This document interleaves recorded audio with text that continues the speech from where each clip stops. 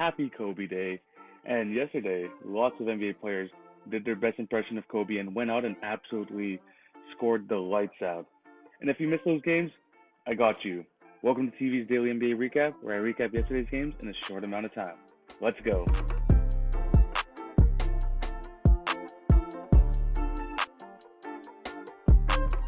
The first game I'm going to discuss is the Boston Celtics completing the sweep over the Philadelphia 76ers, winning 110-106. It was the Kemba Walker performance once again, 32 points, 4 rebounds, 4 assists, and Jason Tatum also chipped in with 28 points and 15 rebounds. On the Philadelphia 76ers side of things, Joel Embiid, another 30-point double-double, 30 points, 10 boards. Tobias Harris had his best game of the series, 20 points, 5 rebounds, 2 assists, and just a good all-around scoring effort from the Philadelphia 76ers, but it just wasn't enough. It's been a very interesting series for the Philadelphia 76ers, and I do believe that this is the best punch that they gave. I mean, you can argue game 3, but this is probably like a very good effort as well, because they actually got good scoring efforts all around. I mean, they had 6 guys in double figures, and it wasn't like the Boston Celtics supporting players were really helping out at all. I mean, besides Kemba Walker and Jason Tatum, I mean, Jaylen Brown had 16 points, Tice had 15, but besides that, I mean, there's not really much going on the offensive end. And it looked like, the 76ers were kind of in it, but once the third quarter came around, they absolutely just, blew this game wide open, the Celtics. And I think in the fourth quarter, they even got up to 18 points. And, lots of great Jason Tatum shots. Kemba Walker was absolutely clowning guys on the dribble. And 76ers, an end to a very disappointing season. But, there's a lot of changes that could be made. And we're going to have to see what happens because, Joel Embiid may be frustrated and this whole front office / coaching situation can change. I'm going to talk about this more in the offseason, but it just isn't looking good for the 76ers. And on the Boston side of things, they look as lethal as ever. I mean, even still, no Gordon Hayward. They still have those guys just playing at an elite level with Kemba Walker, Jason Tatum, and Jaylen Brown for the majority of the series. So congrats to Boston on winning this. That series versus Toronto is going to be very interesting to watch out for, and I cannot wait for it. So good win for Boston. Let's see what Philly could do this upcoming offseason.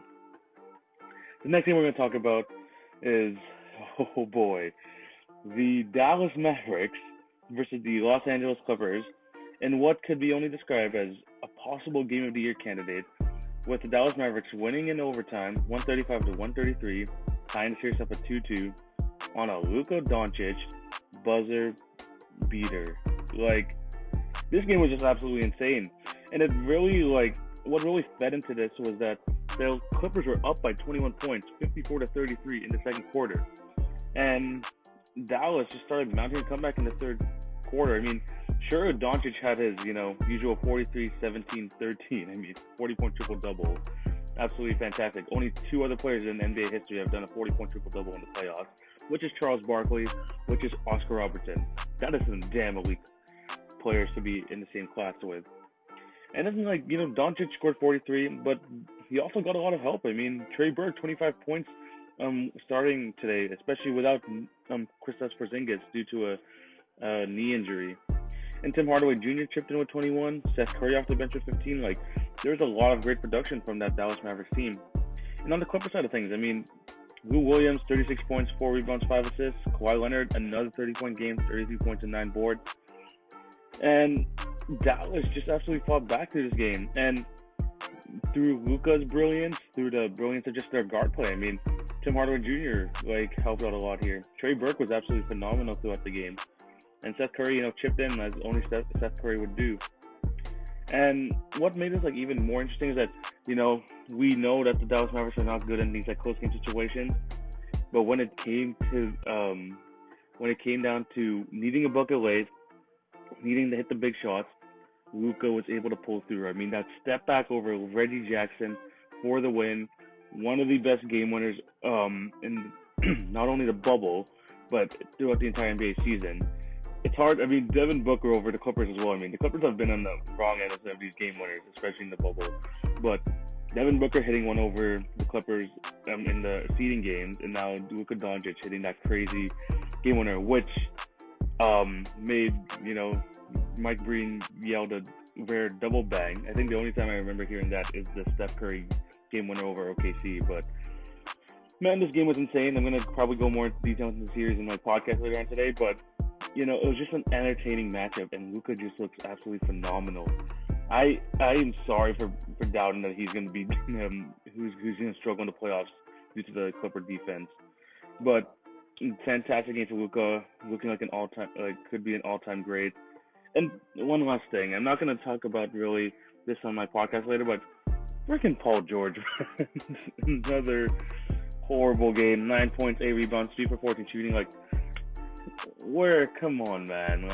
Playoff P, playoff piss, pandemic P, whatever you want to call it. It's just been horrible. It's just been a horrible experience for Paul George since game 2.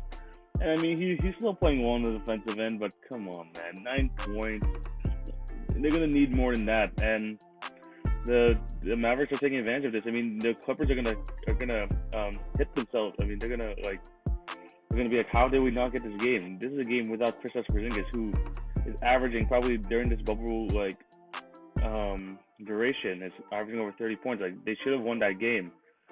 And constantly in this game, I mean, Kawhi Leonard just kept switching off of Luka. And I know the Dallas Mavericks are trying to really focus in on trying to get that switch, but they just had to do better on Luka there.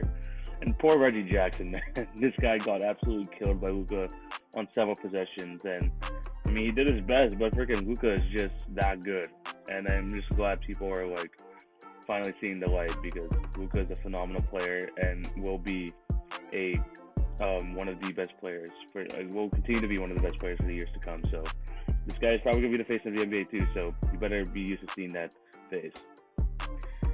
We move on to the next game, and we going from one of the game of the years to what the heck was this, man? The Raptors sweep the Nets, but they won 150 to 122. I mean, the defense for the Brooklyn Nets was non-existent. Seems like an understatement, but I just have no other word to put it. I mean, that was just crazy offensive production from the Raptors, and they set an NBA record for the most bench points in the game with 100. I mean, there's not much to go for this game. I mean, great performances from Norman Powell, 29 points, I think, 29 points off the bench. Serge Ibaka, 27 points, 15 rebounds as well. I mean, there's not much to go by here. I mean, Kyle Lowry got injured. I'm going to go into that in my podcast later and seeing the type of effect that's going to have on the Raptors. But let's just hope that he gets better and ready for that Boston series come Thursday. And I mean, Caris LeVert tried. He did try. 35 points, 6 rebounds, 6 assists. He was killing us throughout the game, but no defense whatsoever from the Nets end. Just great bench production from the Raptors. There's not really much to go from there. Congrats to the Raptors for getting their first ever sweep. Very happy to see that, and hopefully these guys are going to be as healthy enough to face Boston on Thursday. So, big time win there. They broke a bunch of records in this series as well, which I can't really think of. I don't really have a list in front of me, but absolutely dominant series, and hopefully they're gonna able to bring that type of energy when they face Boston. We're gonna talk about the final game of the evening, and these West games have been absolutely insane, because the Denver Nuggets versus the Utah Jazz was an absolutely crazy game as well, with Utah taking the 3-1 series lead in a win over Denver, 129 to 127. Another Donovan Mitchell, Jamal Murray showdown. I mean, it was absolutely crazy the way that these guys were just easily getting their buckets and looking like the stars that they are. I mean, Donovan Mitchell, 51 points, 4 rebounds, 7 assists, on 15 for 27 shooting. He was absolutely phenomenal in this game. And shout out to Jamal Murray, man. I mean, first opponents, I believe, in NBA playoff history to both score 50 in the same game. So that's absolutely impressive. I mean, Jamal Murray, 50 points, 11 rebounds, 7 assists as well. He did try his best, but the Jazz, man, they're absolutely on fire. And although they didn't have the type of production from three they had the last 2 games, I mean, they still just looked absolutely fantastic on the offensive end. And Denver just cannot defend them. 58% from the field this game. They just got to do better in that respect. And Denver had 27 more shots. That's how if you just locked up a couple more possessions, they could have won this game. And Denver are gonna keep kicking themselves because they've had opportunities in the series to kind of just get this game, and this game is one of those. I mean, 23 less shots, 58% shooting, and they still scored basically 129 points. That's just unacceptable. And I'm gonna talk more about the series later on today, but the Denver, they just, even if they do pass this first round, it's gonna be absolutely terrible, difficult for them in rounds to come because they just have no defense. Nikola Jokic looks like a deer in the headlights in pick and roll situations, and the Jazz are just getting great offensive production from lots of places. I mean, Conley had 26 points today. Clarkson off the bench with 24. Gobert another 17 and 11 game. You have these guys making up the majority of the points, especially with Donovan Mitchell being the way he is. I mean, blooming into possibly superstar status. Denver has just got to do better. And this is probably the first game where they lost and Jamal Murray had a really good game, but they just got to do better, man. This was hard to watch, seeing how easily the Jazz were just going to be able to get bucket after bucket. And, great performance from Jamal Murray and good performance from Jokic as well, but they have to have some sort of defense to counteract that, because even into some defensive plays that they had, I mean, Paul Millsap at the end of the game blocked Donovan Mitchell on a layup, and this guy was staring him down like he did something. Bro, they're scoring 58% from the field. And the thing was, the very next play, Donovan Mitchell hit a three in his face. Denver is just looking up absolute fools right now, and they have to clean stuff up because only a very select few teams have come down 3-1 from the series. And the way that the Denver Nuggets are playing, it doesn't give me much hope that they're going to be able to come back from this. So, good win from Utah. Looking like it's going to be a surprising series win, because I definitely had them losing the series, but they've looked great, and I have to give them props on that. Thank you for listening to today's NBA recap. If you're watching this on IGTV, remember to leave a follow, leave a like, drop a comment, all that good stuff. And if you're watching this on YouTube, remember to like, share, and subscribe. Turn the notification bell on so you won't miss a video. And yeah, thank you guys for all the support. Thank you guys for taking out your day to watch this. And I'm gonna be back later today to post my podcast, and also going to be doing recaps all week as usual. So yeah, thank you guys for watching this. Hope you all have a great day. Take it easy, guys.